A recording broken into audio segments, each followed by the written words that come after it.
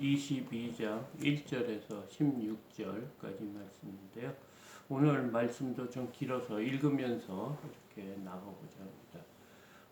어제 바울이 예루살렘에 와서 그동안 3차 전도 여행에 대한 것을 그 교회 수장들에게 다 보고하고 그 이후에 바울이 여행을 다니면서 전도 여행을 다니면서 복음을 전한 내용에 대해서 유대인들이 불만을 많이 갖고 있기 때문에 조심해야 된다 이런 얘기를 했습니다. 그 이유는 그 유대인들이 전통적으로 지켜왔던 모든 그런 율법이나 안식일을 지키는 것, 또 할례와 또 정결법, 그리고 아브라함의 자손에 대한 그런 것에 대한 잘못된 그들이 오해를 하고 있는 거죠.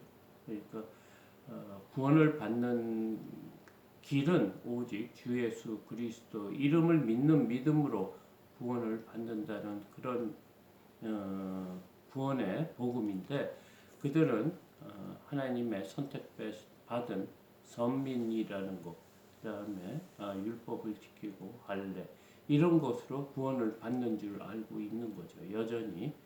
그래서 그것에 대한 잘못된 가르침을 하고 있다고 그들이 이제 분이 나서 어제 그 바울을 잡아 성전에서 내쫓고 소요를 일으키고 많은 군중들이 바울을 때리고 죽이려고 했을 때 로마 군인들이 와서 바울을 살려주었습니다.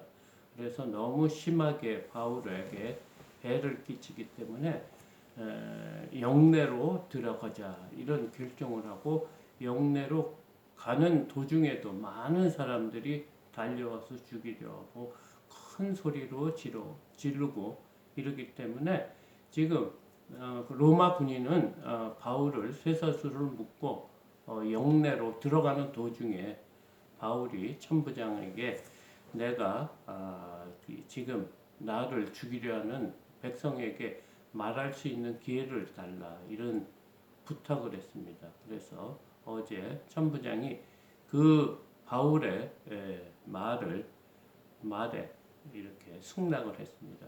그리고 오늘 22장부터 바울이 그들에게 자신의 변명을 하는 그런 내용을 오늘 하고 있습니다. 그 1절을 보면 부형들아 내가 지금 여러분 앞에서 변명하는 말을 들으라. 자신이 왜 이렇게 예수 그리스도를 증거하는지 그 내용을 말하려고 한다는 거예요. 그러면서 2절에 그들이 그가 히브리 말로 말함을 듣고 더욱 조용한지라.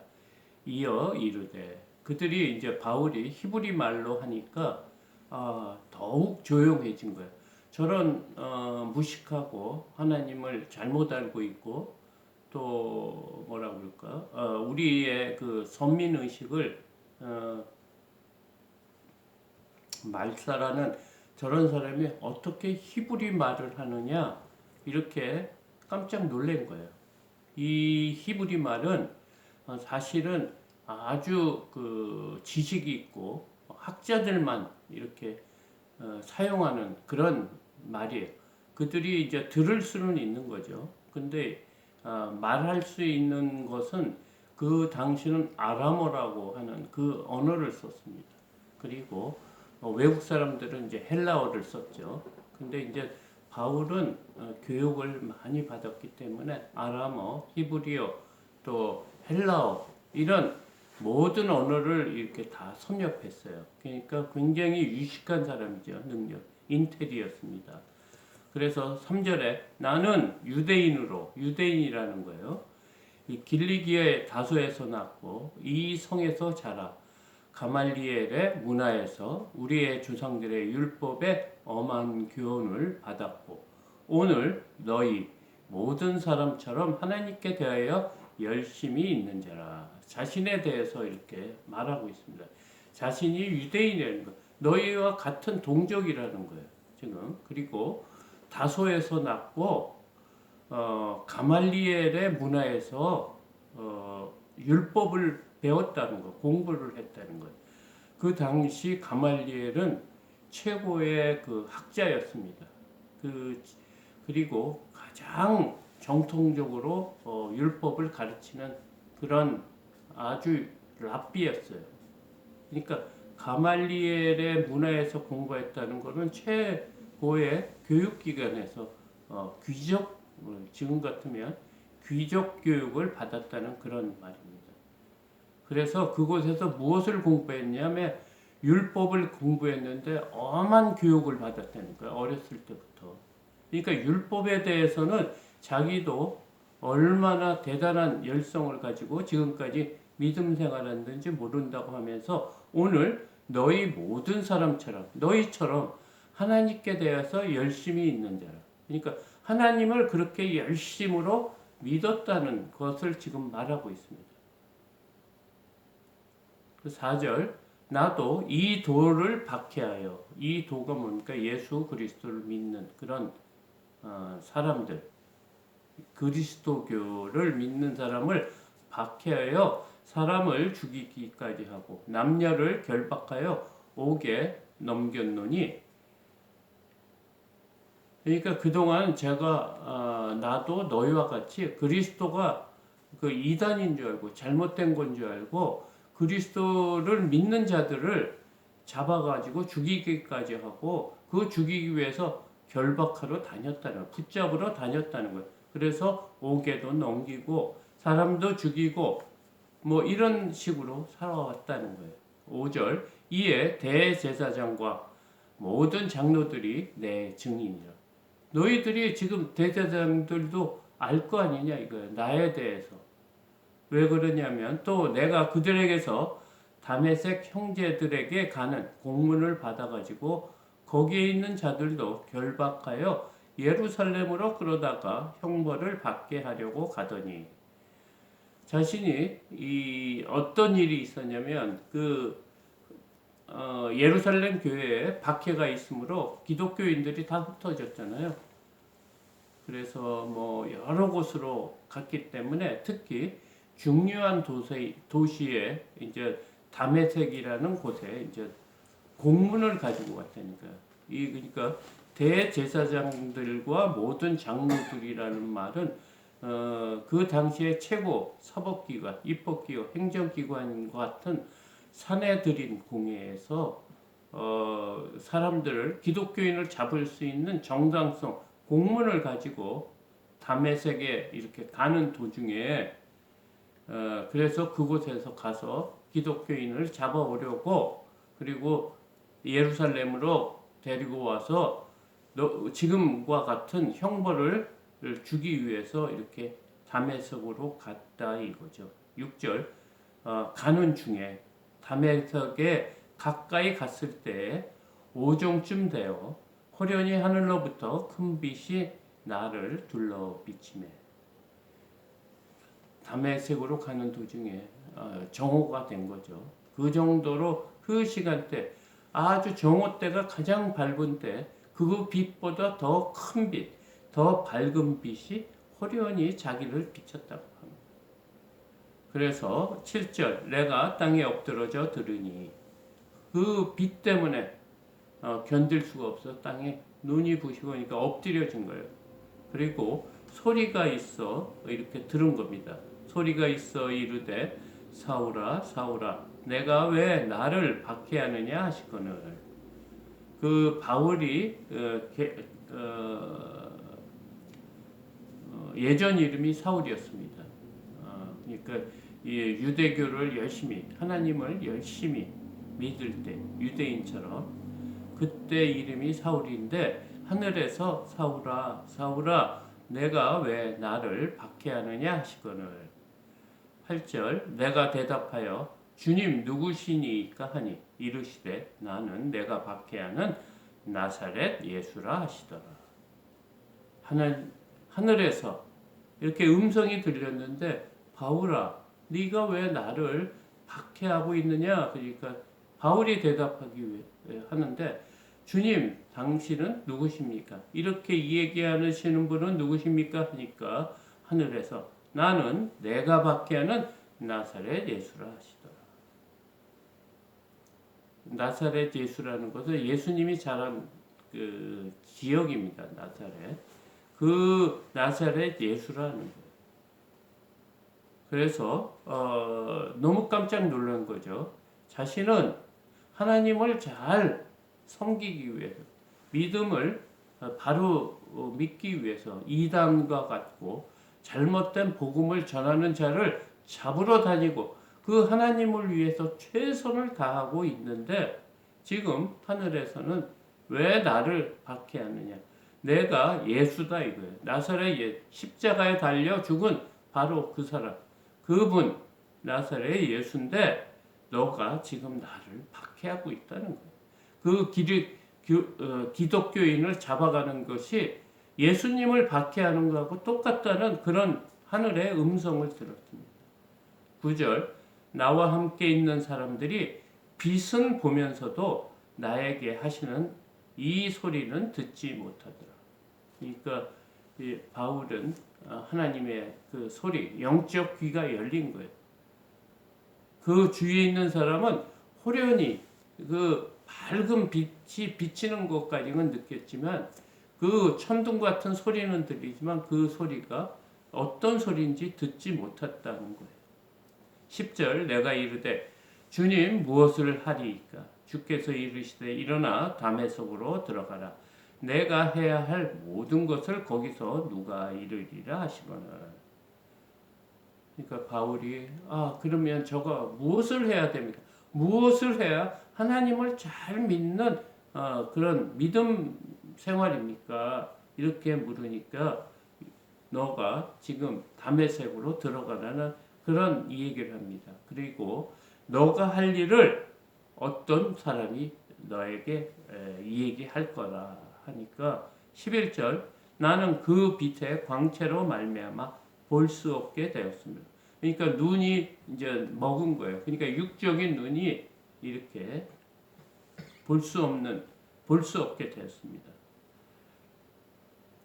나와 함께 있는 사람들의 손에 끌려 다메섹으로 들어갔다.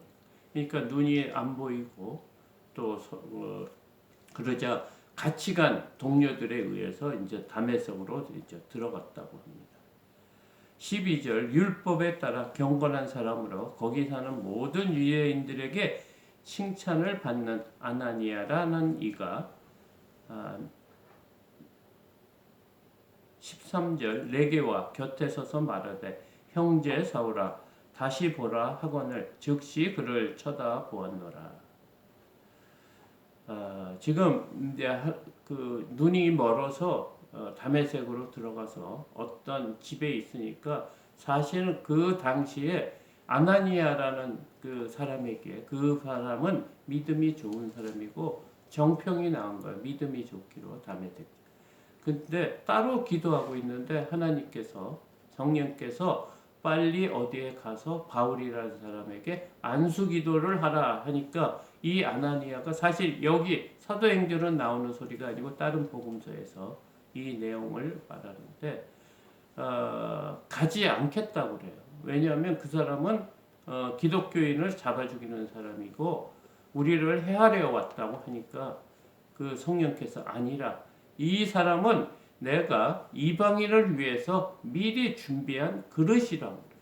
그러니까 유대인이 말고 이방 땅에 죽어가는 그 사람을 위해서 미리 준비한 하나님의 사역자라고 이렇게 얘기를 합니다. 그러자 그 사람이 그 바울이 머무는 곳에 성령이 가르치는 곳에 와서 바울에게 가서 기도를 해줍니다. 이 기도를 해주자 바울의 있던 눈에 이렇게 가려졌던 비늘이 이렇게 떨어지면서 다시 눈을 보는 사건이 있었습니다. 14절 그가 또 이르되 우리 조상들의 하나님이 너를 택하여 너로 하여금 자기 뜻을 알게 하시며 그 의인을 보게 하시고 그 입에서 나오는 음성을 듣게 하셨으니 그러니까 하나님께서 이 바울을 미리 택하셨다는 거예요. 그런데 이 바울이 누굽니까? 이 기독교인은 특히 예수 그리스도를 믿는 그 사람들을 박해하고 그를 잡아다가 죽이고 옥에 가두는 그런 열심을 했던 자신이라고 지금 많은 사람한테 당신이 지금 하는 일처럼 나는 더 열심히 하고 그거에 어떤 우두머리처럼 그런 일을 감당했던 사람이다. 이렇게 하면서 지금까지 내가 왜 이렇게 변했는지, 왜 그리스도를 위해서 죽기까지 복음을 전하고 지금 여러분 앞에 서 있는지 지금 그 말을 하고 있습니다. 15절 내게 그를 위하여 모든 사람 앞에서 내가 보고 들은 것에 증인이 되리라. 이제는 왜 주저하느냐 일어나 주의 이름을 불러 세례를 받고 너의 죄를 씻어라 하더라.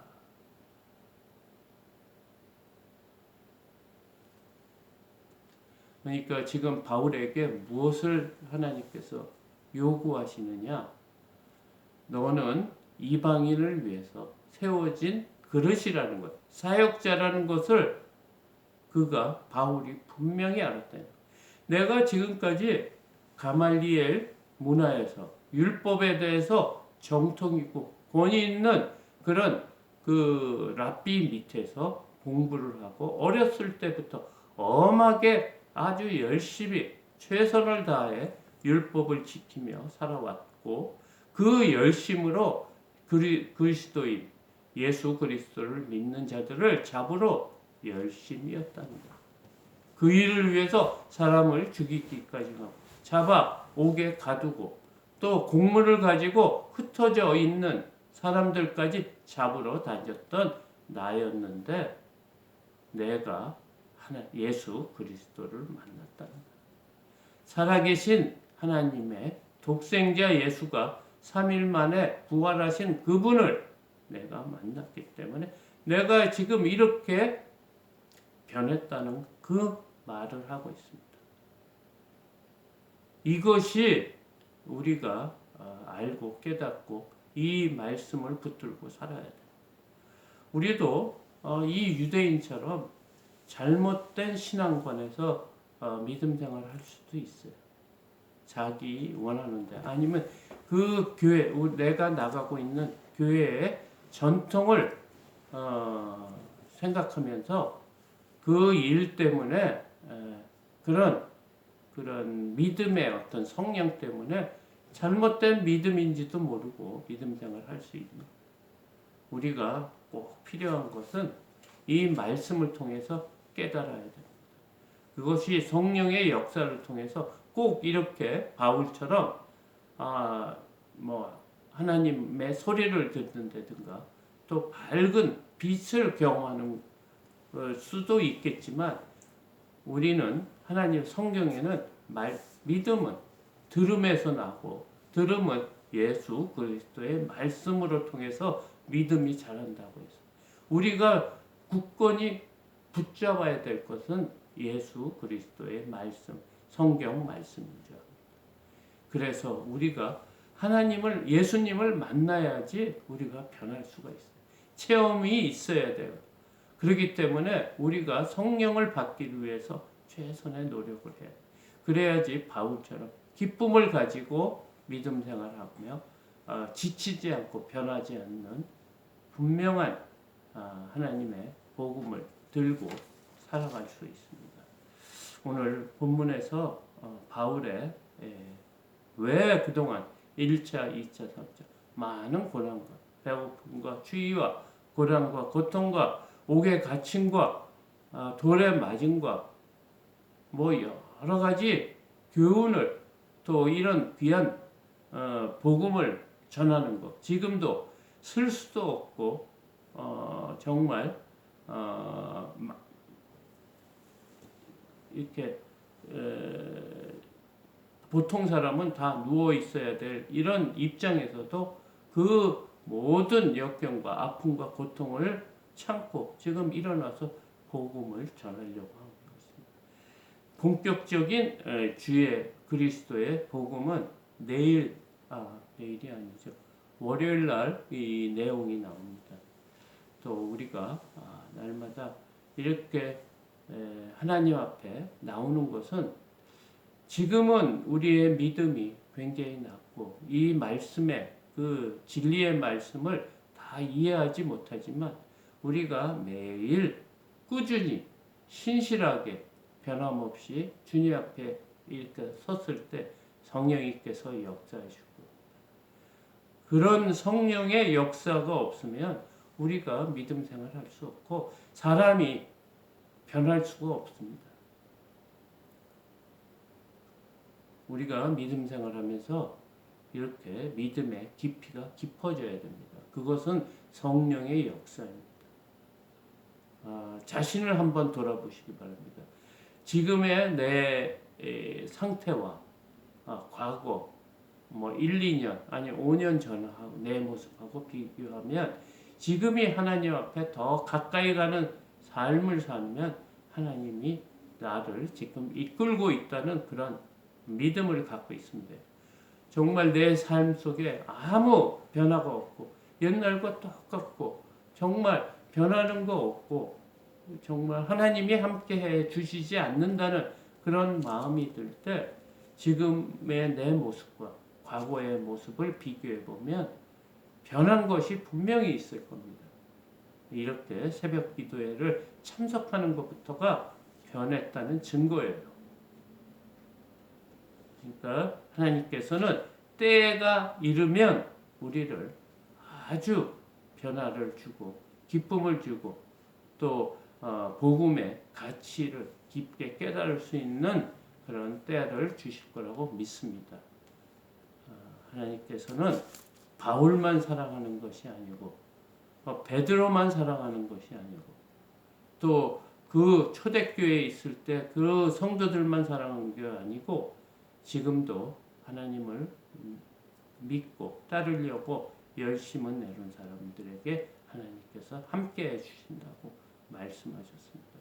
그런 소망을 갖고 정말 신실하게 인내를 하며 하나님 앞에 가까이 가는 그런 삶을 살기 위해서 노력하는 저와 여러분들이 됐으면 합니다. 내일 구정인데요. 내일 구정이 주일이고 또 월요일, 화요일이 다 공휴일인데 새벽 기도라 이 예배는 계속 드립니다. 사정상 어려운 사람이 있으면 또 지혜롭게 처신하시고 그러려고 합니다. 어제 이제 처음으로 동영상을 한번 올려봤는데 저의 부족함이 너무 많이 보였습니다. 아침이라서 목소리도 이렇게 잠겨 있고 또 저가 사실 비염입니다. 그래서 이렇게 콧물이 많이 나와서 참 이렇게 손수건으로 닦는 모습도 이렇게 좋지 않아서 여러분들에게 양해를 구해야 될 것 같습니다. 죄송합니다. 목소리도 안 좋고 또 말소리도 어눌하고 그렇습니다. 또 하나님께서 이런 모습은 또 이런 모습대로 어눌하지만 이렇게 사용하지 않으실까 생각을 하며 이 일을 이제 감당하려고 노력하고 있습니다. 하여튼 감사합니다. 오늘 하루도 승리하는 복된 하루가 되시기를 축복하며 주기도문으로 예배를 마치려고 합니다.